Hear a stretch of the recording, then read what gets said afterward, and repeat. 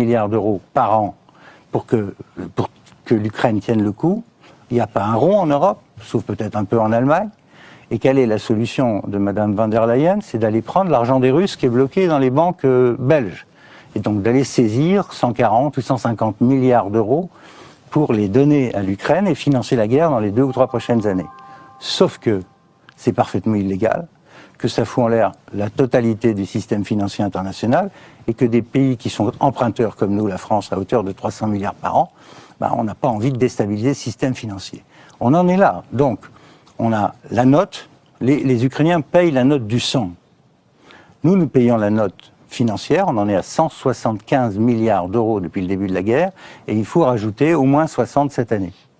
Et on paye aussi le fait que on est dans le suivi d'une situation qu'on ne contrôle plus par celui qui contrôle la guerre, ou l'issue de la guerre, s'appelle Trump, avec Poutine. Nous, on est au milieu et on va gérer les conséquences.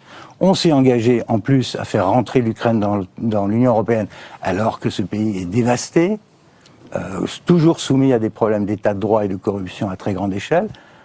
C'est une situation de fou. Tout ça, pourquoi? Parce qu'on s'est engagé dans un conflit sans réfléchir aux conséquences. Uniquement sous les émotions, et vas-y, c'est 38, et c'est Hitler, et Zelensky, c'est formidable, c'est le sauveur de l'Europe.